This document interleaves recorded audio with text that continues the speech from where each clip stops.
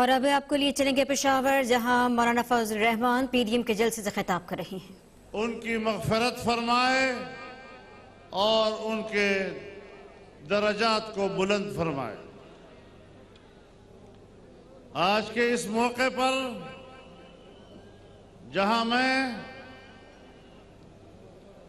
Justice سیٹھ وقار صاحب کی وفات پر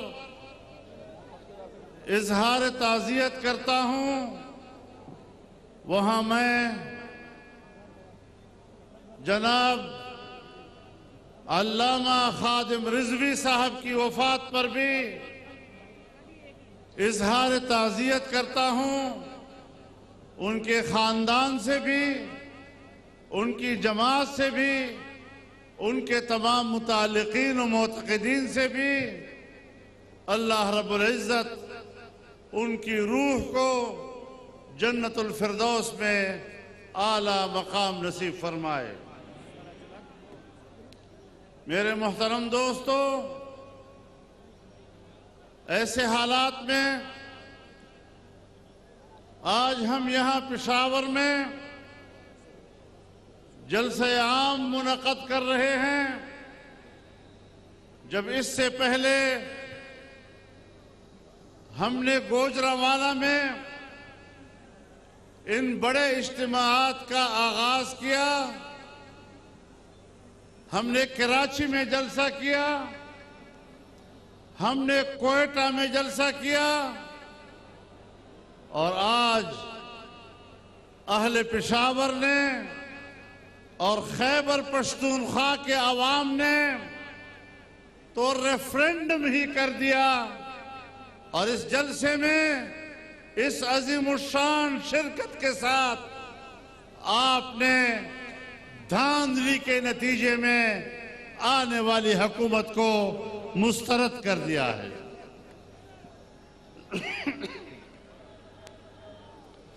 میرے محترم دوستو، ہم نے پہلے ہی دن یہ اعلان کر دیا تھا کہ الیکشن میں بدترین دھاندلی کی گئی ہے۔ تمام سیاسی جماعتوں نے اس پر اتفاق کیا تھا، اور آج وہ آواز عام آدمی کی آواز بنتی چلی گئی، اور آج یہ آواز پوری قوم کی آواز ہے، پوری قوم کی متفقہ آواز ہے، اور آپ کے جلسوں سے آج حکمران جماعت اور ان کے پشتیبان بوکھلائے ہوئے ہیں۔ آگے بڑھنا ہے اور ان کے اس اقتدار کے قلعے کو فتح کرنا ہے، ان کو یہاں سے ذلت و رسوائی کے ساتھ نکالنا ہے۔ جنگ کا اعلان کر چکے ہیں، اب میدان جنگ ہے، میدان جنگ سے پیچھے ہٹنا گناہ کبیرہ ہے۔ نعرہ تکبیر! جمعیت Ulema Islam, P T M, گو نیازی، گو نیازی، گو سلیکٹڈ، گو سلیکٹڈ۔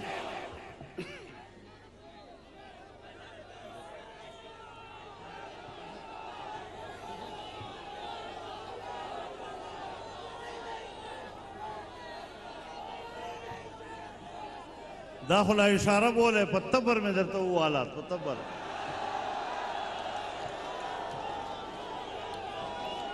اشارے نہ خبر ہوتے دا اس بے پلوڑ سمو کا خدا کول دا چاسر واسطن اوپرے ہوتے۔ انشاءاللہ ہم نے چیلنج کر دیا ہے، اور واضح طور پر کہنا چاہتے ہیں، ہمارا موقف بڑا واضح ہے۔ دھاندلی ہوئی ہے، دھاندلی کی گئی ہے، ہمیں دھاندلی کرنے والا بھی معلوم ہے، اور وہ جو نامعلوم ہے وہ ہم سب کو معلوم ہے۔ ہم